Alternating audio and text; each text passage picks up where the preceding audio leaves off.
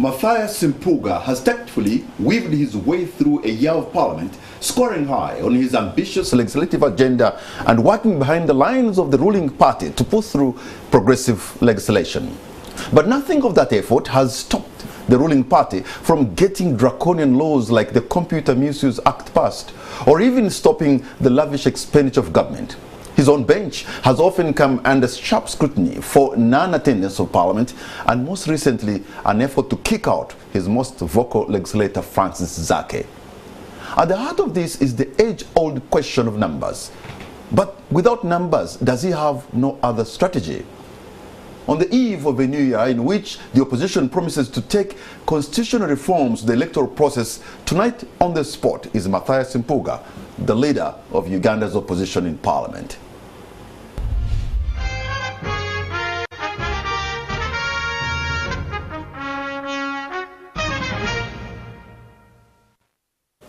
Honorable Matthias Mpuuga, leader of opposition, thank you so much for having honored our invitation. A warm welcome to you. Thank you, Patrick. I'm humbled being here this evening. It is a year past now as leader of opposition, and 2022, if you were to rate yourself as parliament but also as leader of opposition, how do you score? Well, the question would be, the rating would come easily if there was an examination with a fair examiner and a marker and the right questions. So without the right questions, if I'm waiting for chemistry and you bring CRE, how can I rate myself? I'm making it very easy for you, sir. Is it general paper? I'm making it very easy for yourself because you know where you've come from. You had set your own agenda, you had your goals, and the year is past now. You can look back and say, no, we've achieved this and that. From maybe on the scale of 1 to 10, we are 9.8. No, Patrick, that's a generalization of an answer. All I can say is that the fact that we can still stand and speak, and the nation listens to us, and still considers our views as appropriate in the circumstances. I think we are on the right trajectory. Forget about the work environment and the hostility from the ruling party. I can only say that we are still on track. I don't have to give the numbers. Let me put this very rightly. You have failed to stop the draconian laws, as the Computer Misuse Act. You have lost from the commission the Honorable Francis Zaake. You know, he's now facing disciplinary proceedings. Nope, you know, members who are listed as missing are still missing. I mean, there are so many things you could have done, Honorable Matthias Mpuuga, and have not been done. Under your watch, the things could have been ticked right, but they haven't. And you want the viewers to pick your narrative, that when the regime erects to go draconian, then the opposition has failed. And when the regime chooses to abduct people, torture them, and maim them, so the opposition has failed to stop them from doing so. Is that the narrative you want? I expect the opposition not to stand by and watch and let it happen. I expect you to rally Ugandans, to rally the world. I expect to hear more than what I'm hearing from the opposition. Did you take pictures of us standing by? And in the same sentence, you say that the Honorable Zaake is facing disciplinary proceedings? Is that in the same sentence? Do you consider him one of us? Do you consider his position coming at the backdrop of a lot of agitation from our side about this and more? So when he is pushed out of the parliamentary commission, when he faces a disciplinary action, when members of the opposition go missing, when draconian laws are passed, we expect better from you. So you're saying the opposition has failed? No, we are saying that you could have done better. Yeah, where did you fail to stop them? It is a yes and a no. You probably need to take issue by issue. What about the legislation? Is Parliament legislating for the opposition or for the country? Are we called out the motivation of the numbers from the ruling party in, for example, legislating the way they have done over the last couple of months without without recourse to a sense of society, a sense of duty to country, and then we say the opposition has failed? In our position, we have been very clear on where we stand on all the legislation that have been passed. And I'm aware you made mention of the Computer Misuse Act. You probably followed our position, our stance. I even issued our position paper in form of memoranda to the committee that was handling the bill. My shadow minister, the Honorable Namuga Goreth, did stand on the floor and issued a minority position of the opposition on where we stand on this matter. In fact, we made out a clear call to the House to reject the amendments brought by the Honorable Nsereko. It goes down to what you said. Okay, so I hear that. Let me put it this way, Honorable Matthias Mpuuga. Having done all that you could have done, having a minority report issued and condemned what other members of parliament did, do you get a sense of frustration that the things you thought or you come out to do have not been done, and maybe because of the numbers, you've beaten hands down because of the numbers? No, you may have to rethink probably your question. I do not feel a sense of loss as an individual. I don't feel a sense of frustration as an individual. I feel a sense of lack of, should I say, sensitivity on the part of the members of the ruling party. By the end of the day, are we in the House to defeat the country? So if you pass draconian legislation, is the opposition the loser in our sense, or the country in effect has lost an opportunity to legislate for posterity? Take an example.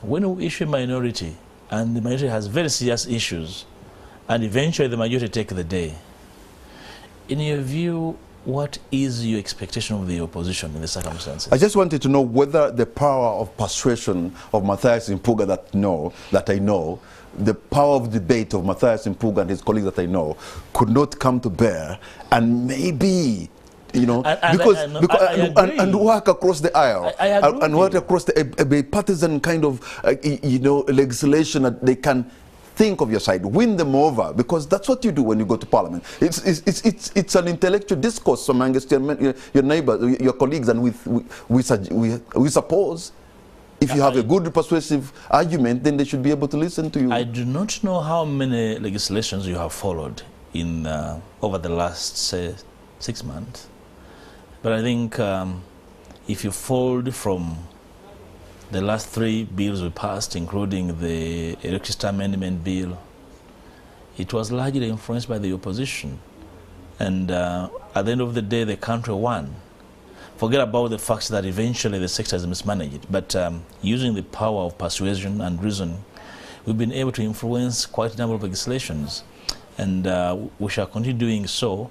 Not that every day we shall win over the arguments, including reason. Sometimes sensibility loses, and common sense loses, and the majority wins, no matter the reasoning.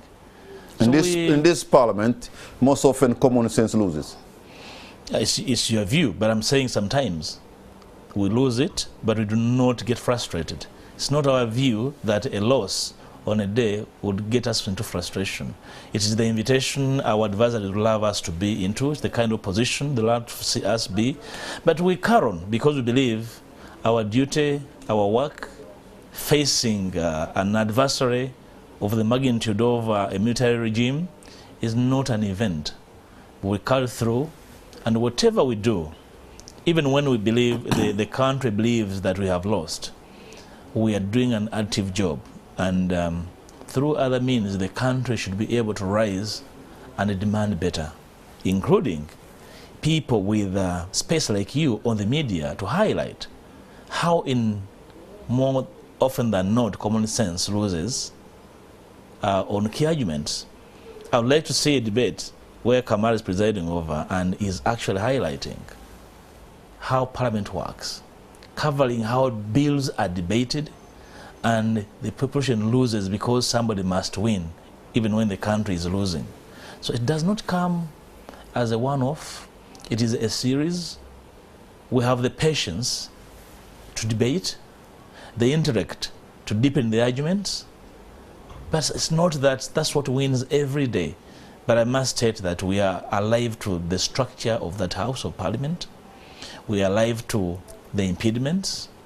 We are aware of our strength, we shall continue to draw from our strength. So are you telling us that your colleagues across the aisle are not members of parliament who can yield to a persuasive argument, to common sense, a debate that is on the good side? But Patrick, you're aware of the kind of energy, the kind of influence that bears upon that side. And on a number of occasions, you even get confessions. Would have loved this to be the case, but you know, for what we are and what our expectation from this side, we are not able to vote with you on this. It is the reality. And this you know what reality, what you have just said, Honorable Mpuuga, with all respect, borders on the side of abusing the intelligence of your own colleagues. That they cannot choose and understand the right from wrong. I define your interpretation, but you're sure aware on a number of occasions we have raised very serious matters of probity, of accountability. You remember the ROCO issue? Remember our position on ROCO? And so some of your colleagues behind the scenes, they tell you, you know what, you are making an argument that is right, but you know what, we cannot side with you. It's not a secret. It's not a secret. Even if you call them here, they'll tell you so. That does happen. So do you want us to commit suicide when they do that? What do you make of such colleagues of yours in Parliament? Who know what is right, but they will never support what is right? Members of Parliament mirror their constituencies. That's what I can say. Because a constituency like Nyendomukung, where I come from, has the capacity to throw me out. If they not throw me out when I fail my mandate, probably they have accepted my inability to deliver on the expectations. I have the sense that in some communities, either the population has been made to believe that certain levels of incompetence are acceptable. People have been fed on propaganda and wrong information to even elect. People are not supposed to be elected. There's sometimes the wrong people find their way in Parliament. In wrong, I mean people without the motivation to do right. It does happen, it has happened, it's not new. But we continue every day to speak truth to power, and I believe that over time, quite a number of MPs from the ruling party at the beginning of this parliament had the view of the opposition as a bunch of unreasonable radicals without space for reasoning.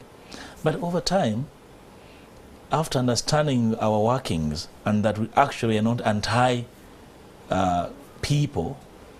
we have persuaded a number of them to start believing in doing right. Actually, I began by asking you why not use the power of persuasion to be able also to go all the way. It's not an event. It takes time. When you interact over time over a number of issues, they start to understand you. Remember, 85% of the parliament are new members coming to parliament for the first time, confronting a culture shock, dealing with personal expectations and public expectations. And by the time they gather themselves together to try to understand the breadth of their responsibility, time is running out. We're not giving up on them.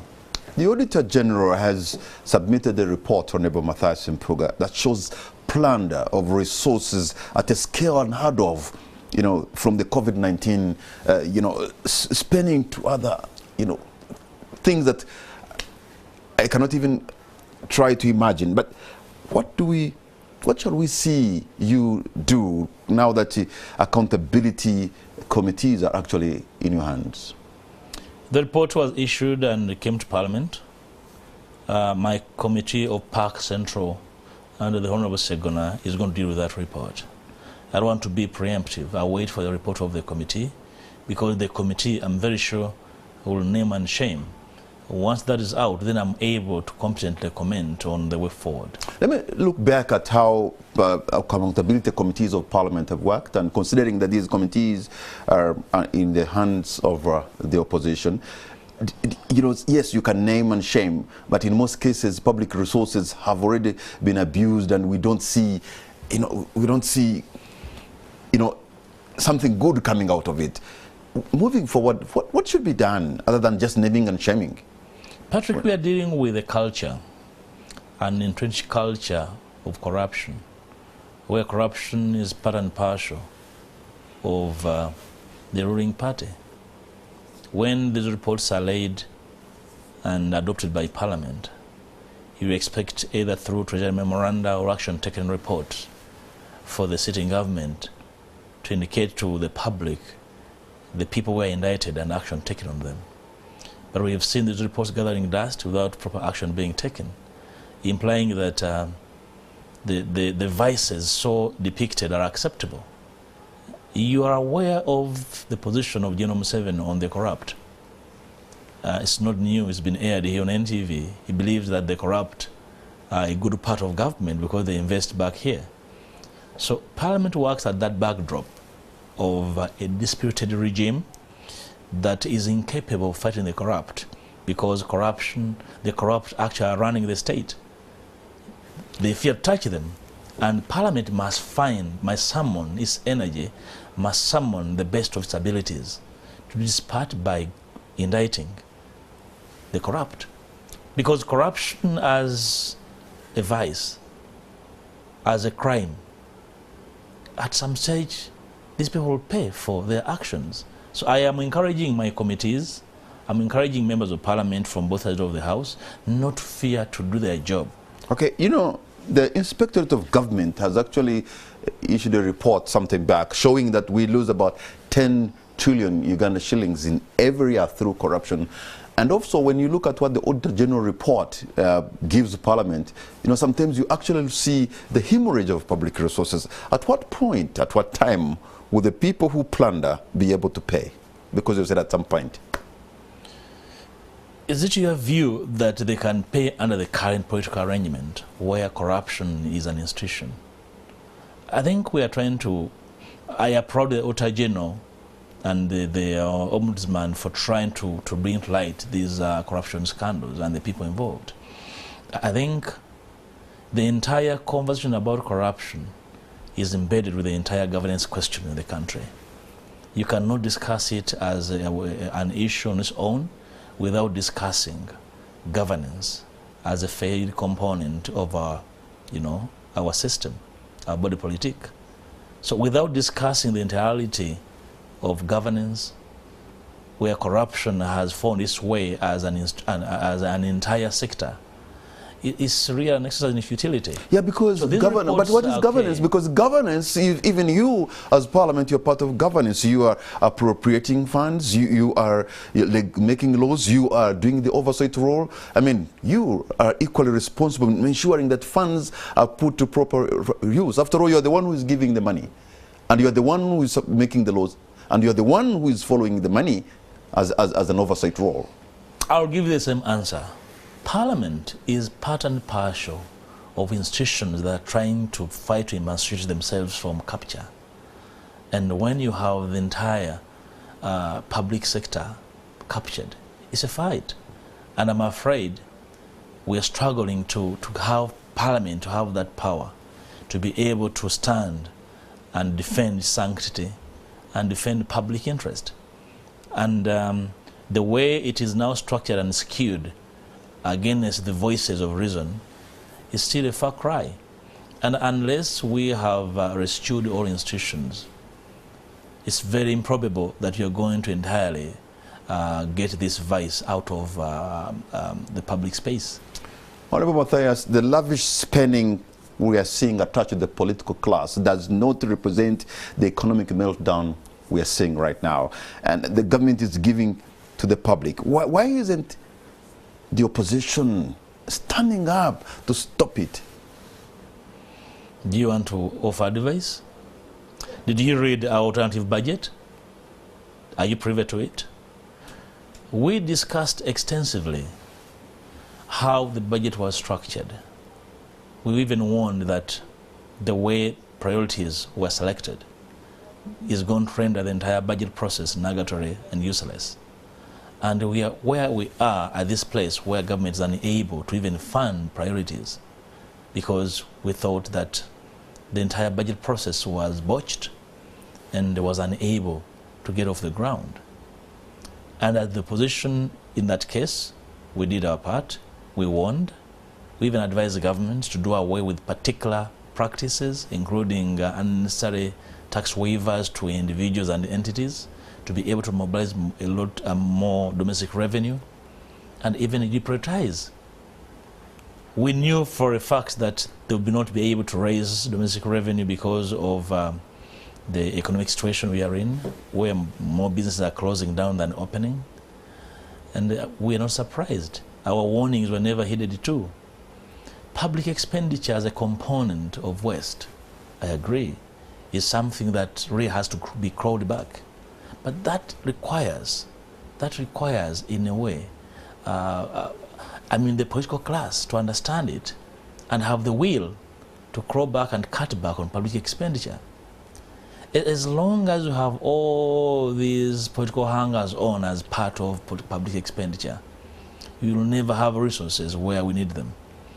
And again, when you have a regime in the survival rank, you can never have resources where you need them, because now survival and the support system that must hold the regime, on the survival appeal, means that the public must suffer and the regime must survive. The regime being on a survival appeal, you have people whom you represent, and all members of parliament, of course, are representing a constituency somewhere. The reality today, Honorable Mpuuga, is that many Ugandans are hurting. We're feeling the economic pinch. Things are no longer adding up, and for those in business, they would want a shot in the arm. I don't know what you'd be able to suggest or to legislate in parliament so that you can help people in Greater Masaka, in Toro, where I come from, so they can have a fighting opportunity to come up. Again, Patrick, it's about the motivation to do so, and of course, the courage to say we are cutting back on this for the sake of the people. And there's no other space where that is done other than where we are. We did advise your friend, the Honorable Kasaija, when we had just returned from the last recess, to consider revising the budget, because there was no legal bar from doing so. Of course, as usual, they put on a straight face that they will have the resources, because we knew that actually we are going to face dire economic straits. There were no resources. We even advised that actually they will come up with a smarter plan of how they can support, especially the micro-enterprises, to survive and keep jobs. And what is your plan?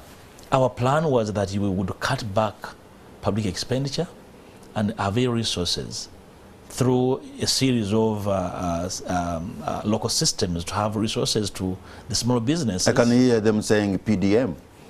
PDM was a stillbirth. Have you checked from your own parish whether PDM is functional? Don't look into the country. Just call home from your parish and ask a few of your neighbors whether they are aware whether PDM does exist. The PDM was a stillbirth. It's a pipe dream, and the resources to have it implemented. First of all, you look into the budget. Barely $1 trillion was allocated to it. What is $1 trillion? How much can $1 trillion change in a country that pays annually $80 trillion in debt redemption?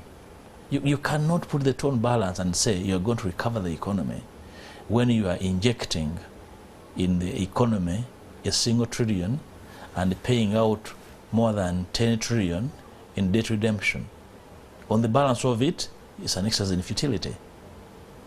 All we need to do is to really revise the entire priority list of government, cut back, ask everyone to really accept that times are bad, and cut expenditure. You know, the debt has increased, but every time they want to borrow, they actually come to Parliament.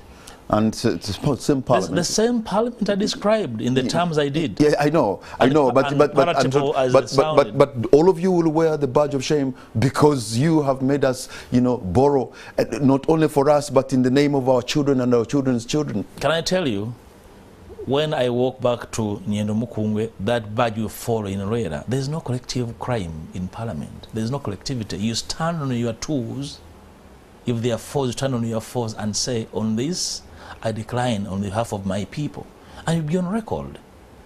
We have issued our position on all these borrowings and even offered alternatives on what could have been done. So I cannot be part of the collective guilt where irresponsible borrowing becomes the sine qua non of operating government. I'll give you another example of how money has just been paid out to a neighboring country because more than 10 years ago, Ugandan soldiers went into the Congo, maimed and plundered and killed. And the Congo took us to International Court of Justice, and now we are paying, the first batch was about $65 million. They never stole in the name of Ugandans, they stole for different individuals. We expect anybody to come up and maybe challenge that in Parliament, because if Ugandans went there and stole that money, they never stole in our name. They stole for their own greed. And we expect somebody to challenge that, because you know money was paid. Patrick, you're running away from the question I raised. Are you able to have all these done and the questions answered in a political arrangement the way we know it, where actually all systems have aborted in their functionality and an individual operates almost all arms of government, where a single individual directs the judiciary on what to do and even warns them on what not to do? Do you see Parliament surviving the overbearing harm of these individuals and the cabals that are running the state? I can tell you that you sound like a man who has given up. The question you have given up, because you look like everywhere you turn that you are facing this overwhelming force, like a juggernaut that you cannot push. Is that what you feel? You feel that I want to commit suicide. I'm not suicidal, and I am aware of what we are dealing with, and we are dealing with what we know, with the level of diligence that we know we can master in the circumstances. And it's not about Parliament. It's about what people feel and think. It's about how our people have been disempowered from believing that right is wrong. It's this sense of disempowerment that really I'm speaking about. It's not just about Parliament. It's also about the media being cowed from bringing these issues to bear and speaking about the individuals who are in the Congo, plundering the Congo.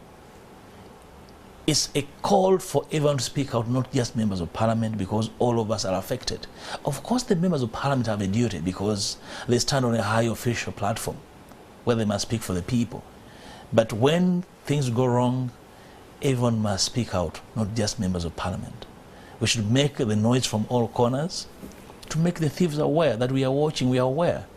You know, there are times when the opposition, when you come out and speak and you're listened to, including the people across the aisle, and Ugandans will applaud and they will know. In fact, even you yourself, you're preparing to bring some kind of electoral reforms, right? And you're proposing electoral reforms. I'm sure you have some optimism that they will listen to you, aren't you?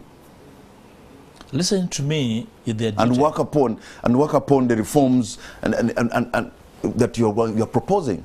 Listening to me and the others is a duty of every individual with common sense. Whether when you listen to me, you agree with me is another matter. And that's where the political stupid takes center stage. So, okay, you're coming up with a package of reforms, and what are you suggesting? And as you suggest, do you come with an optimism, with an optimistic view that you will carry the day? You know, Patrick, it's not just about the fact that we intend to table the reforms. Our intentions are actually to use them to invite the participation of every stakeholder in the Ugandan unsettled political question. Because part of the question that we need to settle is an unstable constitution. I believe that the 1995 constitution has since been mutilated, and like I've said before, it's no longer a representation of the consensus of 1995. So if you want to debunk the narrative obtaining today of a failed political processes, you must go back to what informs them. When the constitution is simply a piece of paper to which nobody abides, then you must invite processes as members of Parliament to use that platform to invite a broader conversation that probably will bring to bear some of the people that are not listening to this, that are listening but are not about to pay attention to the question of governance in the country. They failed constitutional process. Well, the same parliamentary process mutilated the constitution. The same parliament can actually mend it, I suppose, including bring back the term limits and stuff like that. But if you could just go a little more and tell us what you have in the package of reforms you want to propose. Now Patrick, I'll just do a little bit. I said earlier today that our intention is to retable some of the reforms that were considered in the People's Compact. But a lot has since gone down the bridge. A lot of what has since gone down the bridge. We're also making consultations, cross-party consultations, to consider what the emerging views from other party platforms, so that we can collectively have this conversation well-informed, properly cross-fertilized by a number of stakeholders, for us to be able to speak the language of the people. NUP, being the leading opposition party, does not hold the monopoly of knowledge of what needs to be done. So I will, in the coming days, sit with the leadership of NUP, and we cut out a strategy of reaching out. But most importantly, we have very serious questions about the key pillars in our constitution that were removed for expediency, namely the term limits. That was a very key junction to which we lost the entire struggle for a stable constitutional framework. Very, very key. But also to include key issues that we think are very important in our constitutional framework. Because our constitution that was earlier pegged on term limits, once they were removed, the discussion is about a new constitutional framework. And once we are able to have this conversation properly understood, and a method of approaching our adversaries on how to have this conversation properly anchored, then we can go to the other constitutional issues that we had. Electoral reforms. The current structure of the Electoral Commission, as we know it, cannot midwife a democracy, cannot midwife a free and fair electoral process. Honorable Matthias Mpuuga, hold on to your points, because we're going to take a break. When we come back, I want to ask about the missing members of NUP and also some political utterances I've heard from the highest organization of the NRM as a party. You are not NRM though, but you're a leader of opposition. In fact, President Yoweri Museveni is in New York as a leader of opposition. Perhaps you're the leader now. We'll be right back. That's for you. Hope it's not treason.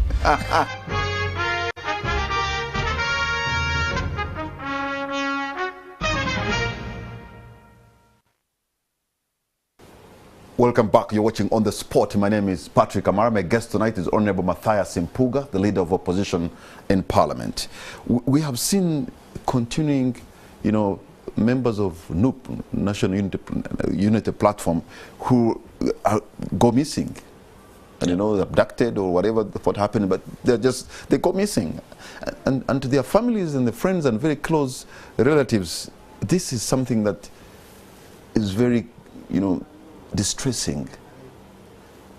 What do you tell their families, and what are you doing to try to look for them and maybe have them come back to their loved ones? Now, Patrick, if you want me to answer you in a way of 1 + 1 = 2, which is not really algebraic or a base question in nature, I'll tell the families that your loved ones were taken, probably murdered by the ruling party. But let me also answer you as a leader that what we see is again part of the unsettled political question in this country. And the ruling cabal believes that the contest is going to be settled by abducting, by intimidating, by maiming those that disagree with them. Unfortunately, we have lost an opportunity once again as a country to agree on what is acceptable and not acceptable. I am aware that it's not a new phenomenon by this regime to abduct and arrest and incarcerate without charge its opponents. But the new wave of arrests of NUP supporters, it began sometime in 2019 when the likes of Chibalamayo and Bosco were picked from their homes, they have never been seen again.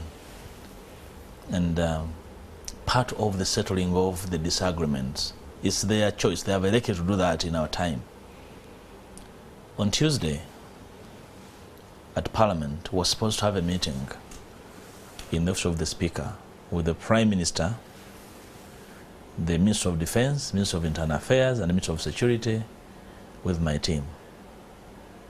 The Speaker advised that the meeting would go on Wednesday, which was yesterday, and the essence of the meeting was to these strong leaders, led by the Prime Minister, to respond to the question I'd asked in Parliament, including the names that are tabled in Parliament, of 25 Ugandans that have been missing for more than 6 months.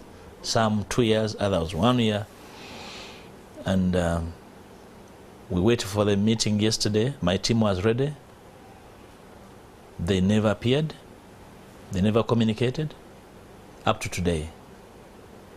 And these are supposed to be serious leaders in this country, to respond to a matter of human rights, a matter of disappeared citizens whose families have been demanding for them, not once. These families have appeared at a number of press conferences, our headquarters.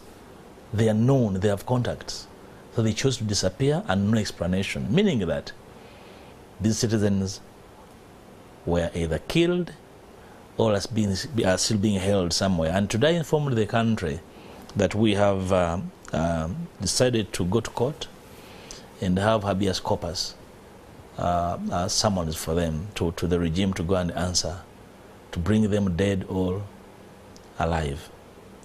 But that for me is even a smaller matter. The smaller matter is to ask, and which is why you should have invited me here with one of the regime bootlickers to come and explain. You are putting to me a question to answer. Why the disappearances? I just wanted to know what you are doing on your part. And when you're saying you're going to court, which is a good thing. We are doing all that is within our reach. And going to court is just one of the small things we're doing. We shall even do more. We shall even do than expected, because we cannot allow this in our time to continue. Mark you, the abductions have not stopped. The illegal arrests have not stopped. And I was ashamed listening to the Minister of Information, somebody who's supposed to be educated and reasonable, Dr. Chris Bariomusi, a man I've known for a while as sensible, saying that we shall not stop the arrests. As long as you people are doing so and what, he's now saying that they are arresting people because of the ongoing said attacks on military installations. He's not explaining which military installation Chibalama attacked in 2019 to deserve a disappearance. And then you really wonder how our leaders lost their sense of presence in our midst. Are they so really drunk with power that they're not even able to think with it? It's so loaded on their heads that they cannot really think through what they tell the public. These are human rights issues, Honorable Matthias Mpuuga. Is it not possible to persuade your colleagues in Parliament, including those who do not belong to your political thinking, to say, look, these are human rights issues. If it means to use budgetary process to deny those institutions money to work, then you do that until they tell you what you need to hear. Patrick, the fact is these issues have attracted bipartisan, consensus from this House. And I can tell you, when we resume Parliament, the Prime Minister will have to explain her stance and her team. It was her request that these lists were tabled, we are going to explain one by one. And she disappeared. She didn't even have the courtesy of reaching out to me or any other person to explain why the meeting cannot take place. Meaning that they're either doing it of cover-up, they're going to do cover-up, but I can tell them right here on NTV that every citizen that has disappeared, you are responsible and you cannot run away from it. If you're not part of that group, killing, maiming, detaining our people, plucking out their nails, please say you're not part of them and leave. Because we must isolate the group responsible for these crimes. They should be isolated. Our politics cannot be about this. There's no way we can carry on as business as usual when this is taking place. So we are going to single out. If you're not part of this group, please abdicate and say, for these crimes, I'm not part of you. As long as you still continue to identify with these criminals, then you are part of the crime. Without falling in the trap of sub judice, because when which sub judice? No, because I'm building the question. Because when we say that you are coming here, quite a number of people are sending us questions about two members of parliament, the Honorable Segrinya and his colleague, who are actually now almost rotting in jail. I know they are facing court issues, and those are court matters. That's what I'm saying, without getting an element of sub judice. But really, I don't know whether the House, you've talked about this in the House, I'm sure, but is there anything that can be done so that justice is dispensed as soon as possible? Because this is getting too far. It's not just getting too far. It's part of the eternal impunity of the system I described hitherto. And the honorable members, for now 1 and 3 months in jail, and they have elected now to pretend to be that they're in the court system. That's why you're talking about sub judice. Do you know the ingredients of the case for you to fear sub judice? We are discussing impunity and abuse of court processes. And I have spoken about the fact that the judiciary let down the country on this matter. The judiciary has allowed itself to become an extension of this cabal that is abusing the laws of the land with impunity. And with no exception, they will be held responsible for not standing out and defend the cause of justice and the rights of these 200 members of parliament. I know it's not possible that a judiciary is not able to sit on their own and figure out whether this is still about prosecution or persecution. It's not possible. The judiciary is not really a place of imbeciles. These are very intelligent citizens, the creme de la creme of the land. It's not possible that they're not able to sit and decipher the nature of the charges against these honorable members and even figure out whether actually these honorable members cannot attend to these charges while outside prison. It's not possible. For me, I contend that they have been appropriated into the scheme, and the CJ and the principal judge has to hold out and emasculate the judiciary out of this. It's something as an officer of court I feel ashamed to speak about, but I'm constrained as a national leader that I can't keep quiet about this. I've spoken about this in Parliament, and I don't think at the moment the floor of Parliament has a solution to this problem. I'm sure you have visited the Honorable Segrinya and the Honorable Sawanyana for a number of times. In what spirits are they?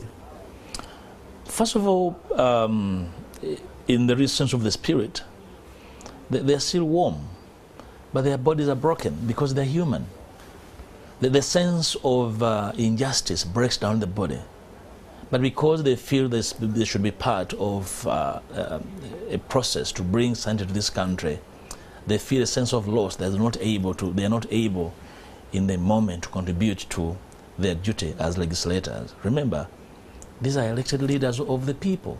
It's unthinkable that a regime can keep away members of parliament for more than a year and they still claim that they are trying to prosecute them.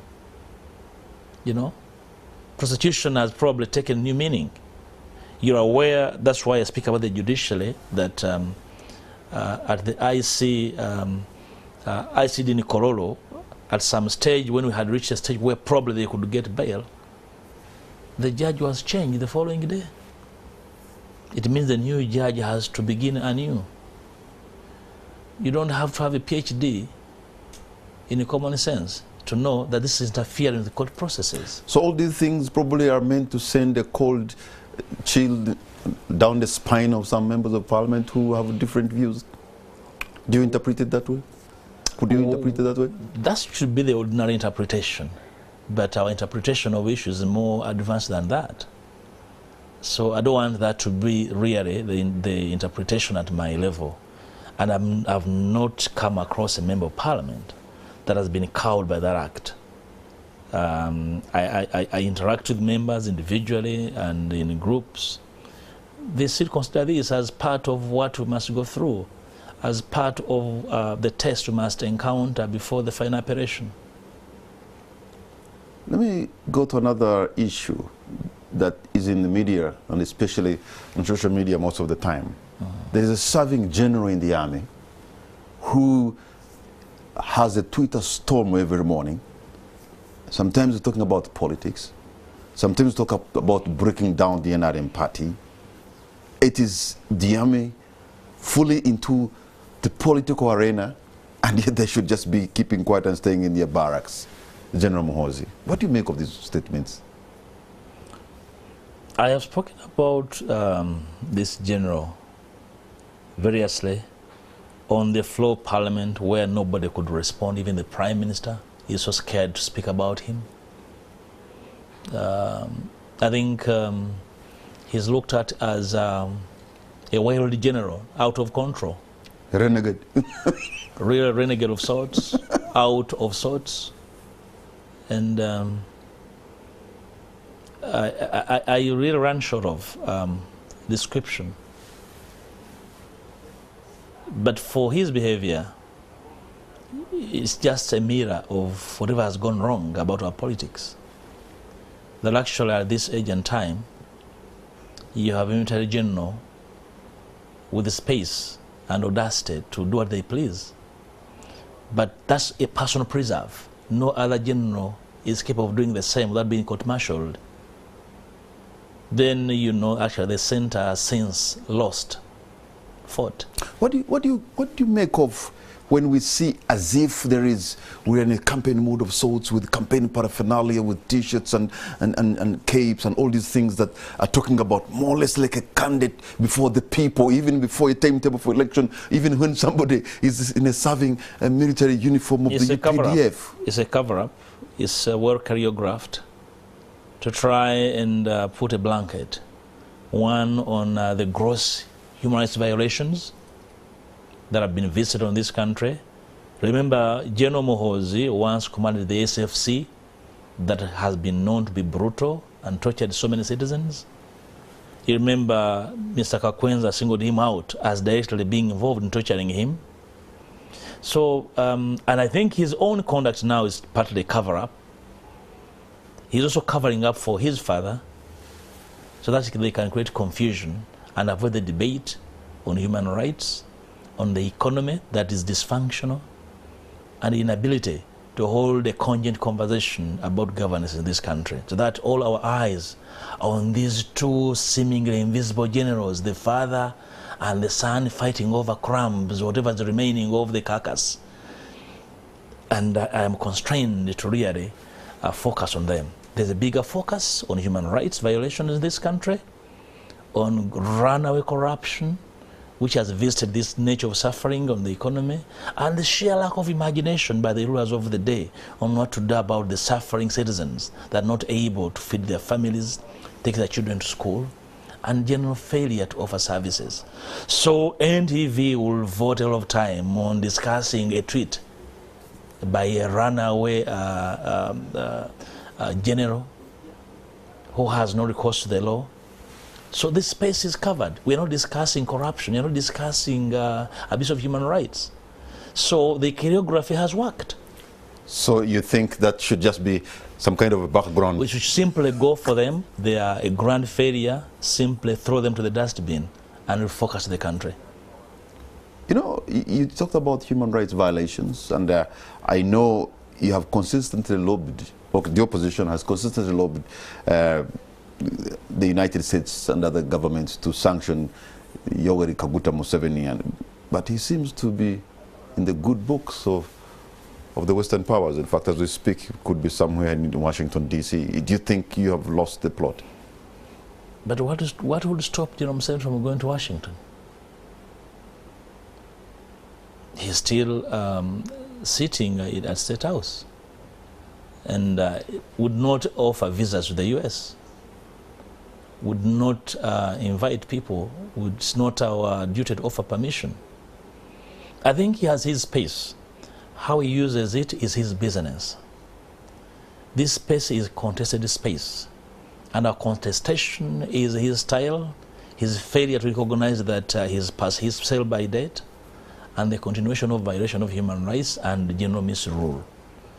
That's where we are, and his travels inconsequential or consequential is not our business. At the end of the day, Ugandans will sort out this question, not the Americans. But because we are part and parcel of the global family of humans, we continue to make out these voices for all and sundry to know that we are dealing with these kind of characters when they come home.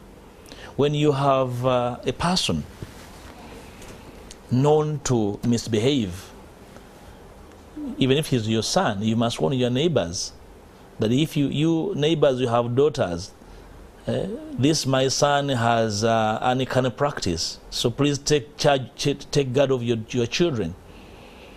You know, so when you have a dog that is not vaccinated and capable of infecting people with rabies, you warn neighbors.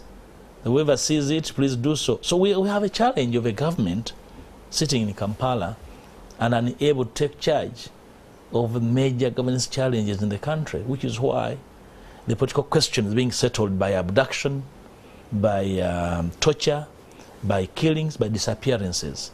So whatever General Museveni does in the capitals, in the west, in the east, is no bar to him being forced out of power in Kampala.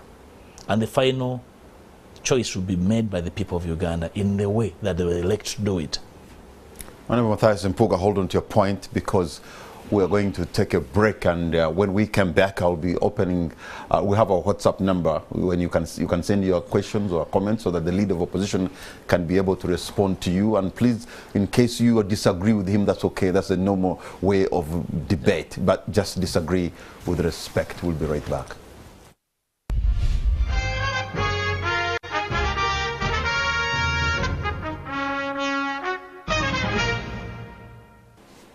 Welcome back. You're watching On the Spot. My name is Patrick Amara. My guest tonight is Honorable Matthias Mpuuga, the leader of opposition in Parliament, and we have reached that moment when you have to have your say.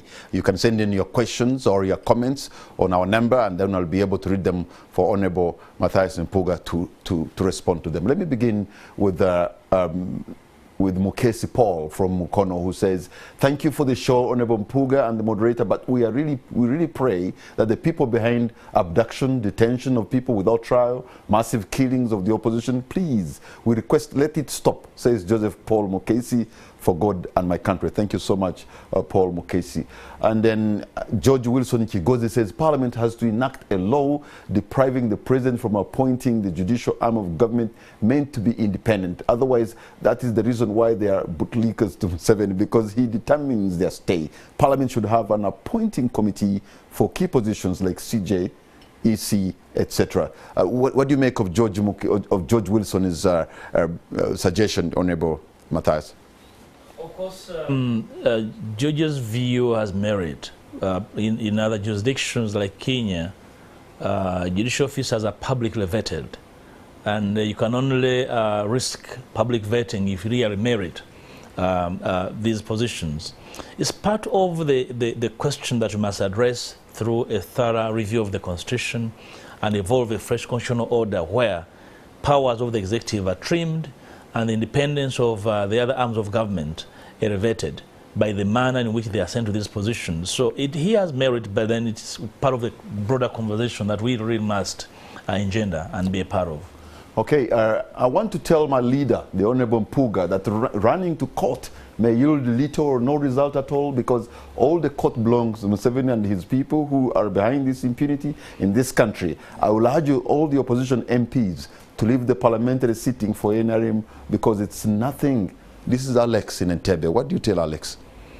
With due respect to Alex, first of all, we can never surrender any space to the ruling party. Every space matters, including the LC chairperson in your village, including the local councillor, These spaces are spaces voicing out and rallying masses to demand for common good. So we still have to hold on to them regardless of the misgivings. Otherwise, leaving it to them is their dream. If you do it, then you'll have a field day. So I don't think it's logical to entirely surrender this space to a cabal to, while we watch them get away with all sorts of impunity.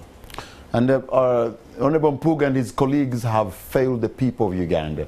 If you can't fight for your own, i.e. Honorable Sewanyana and Honorable Segirinya, what kind of assurance do you really give the original mother back down the village that you will rescue his son who was arrested in the same manner? We have so far witnessed the powerless opposition this country has ever had. He hasn't put a name. We probably should have been kind enough to share with us at any one moment which opposition had a prison break to bring out their own. He should be a regime apologist, trying to blame the victim. Blaming the victim is never a solution. The victim can only do whatever in their stride to rescue themselves. So that's not really kind, I think. We are doing what is in our stride. We have not given up on this, and we shall not leave anything to naysayers. We're doing what we think is doable in the circumstances. Actually, if I could just add on that, and what you've been, I'm sure, meeting relatives of these people who have been abducted or who are missing. I know when you see them, really, what do you tell them? Because I'm sure they look up to you. I mean, you go there with your 4x4s, you're surrounded by police, you're one of those heavily guarded government officials. In fact, your position, I'm sure, is even higher than that of a minister. So when they see you, they see authority in their homes. What do you tell them? Unfortunately, on the last leg of your observation, I do not control prisons, so I cannot have their people out. But like I can tell you, the families are very understanding. Unlike some people, the families know who actually arrested their children. They actually understand who is tormenting their loved ones. They are not blaming us for the situation of their loved ones. They actually know who is responsible for torturing them and tormenting them. And they are very understanding. They are supportive of whatever we are doing to have these our comrades rescued. Let me also pick some more. Good evening, Honorable Mpuuga. You are indeed such an incredible leader that you have handled opposition issues with a lot of integrity. However, in my opinion, I think this government doesn't match your intellectual ways of handling issues. I would rather suggest that maybe you turn to aerobic ways like the Zaakes. I think this will send a clear message to government. I don't know what is the Zaake way, but looks like your Zaake way is different from your way. No, in these kind of situations, we need horses and bears. It's not a task of a particular brand of people. You need a good branding of all these people, and a clear and a good mix will yield what we want. We have different skills, we have different competencies, and we must bring all of them to bear for us to have a good effect. You know, actually, I wonder what you make of. There are people who suggest that, look, here we have a very decent man, a diplomat of sorts, where he's handling things, but also you have other group members of your colleagues who seem to take a very different approach. Is there some kind of a collusion cause between yourselves? How do you keep yourself, you know, operating in the way you do, and your colleagues also operating in a different rhythm, if I may? From the rank and file of the NUP and the opposition base, these are very warm conversations as to what works. And I love being part of the conversation as we try to generate consensus on what to do. It's not causing any division, but it's a warm conversation, and that's how organizations are built. They're not built on conformism. They are built on discussing options, and once you agree on the best approach, then you go for it. So it's a very warm conversation we have, and it's not a contradiction. Hi, Patrick. Please ask Honorable Mpuuga if it is true that he requested for an increment of 3.5 billion for his office in this financial year. Then we haven't also had opposition MPs proposing any pay cuts, while all of us are tightening our belts. For me, it looks like politicians have simply decided to milk this lean cow to bones till the marrow is also done. Daniel is asking. Daniel, we operate in a reality. We are not rumor mongers. Parliament does not operate as a rumor mill. I have not made that request. We try to do what is feasible, But assuming that I did, would that be money I would take home to buy tomatoes for my family? I am paid a salary and that's what I take home. So there's nothing like money in the LOP's office for the LOP in his drawer. I am not an accounting officer. My office worked on agreeable and agreed upon programs, both by my party and parliament. Sayo Nazarias from Nakawa Mutungo is asking the leader of opposition to concentrate on reforms other than yearning for impunity of ruling regime. It's 2 years in power, but no reform you have laid down so far.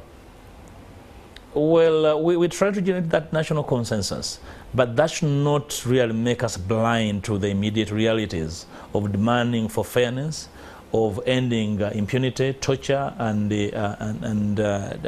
disappearance of our people. Because the laws we make are as good as the people we make them fall. They are not dead people tell tales. So we cannot claim to be clamoring for smart legislation when we are not fighting for the rights of our people that are supposed to benefit from the laws we make. So we have that responsibility of doing both. So the duality of duty is what is the call at our disposal, and we shall try to discharge it as much as we can master. Okay, and those are the questions that have come on our on our WhatsApp platform. Thank you so much for all of you who have sent in your questions, and I'm sure the leader of opposition has been able to answer you very well. And what's going to be, of course, we've come to the end of tonight's edition of On the Spot, but before we go, let me ask you, Honorable Matthias Mpuuga, to give us your concluding remarks. First of all, I want to thank you, Parik and NTV, for affording us this platform to share with the country the challenges of the day. And I want to again invite all and sundry not to give up on this country. This is our country. This is the only country called home. Don't give up on it because the leaders have disappointed. Let's pick up the fight. Let's really isolate people that are actually a part of the challenges of the day, people who are supporting those torturing us. Let's demand for the release of our people. Wherever you see a government official, make the demand. Don't give up. Do not fight amongst ourselves. Do not accuse each other. Please, you know the culprit, go for the culprit. Do not accuse victims. I thank you. Thank you so much, Honorable Matthias Mpuuga, leader of opposition. I want to thank you who has been watching this program for the privilege of your company. I know Uganda, we are a good country and we are good people. Sometimes we cajole and maybe disagree or even fight. It's not that because we hate each other. I think because we love our country more. Good night and God bless Uganda.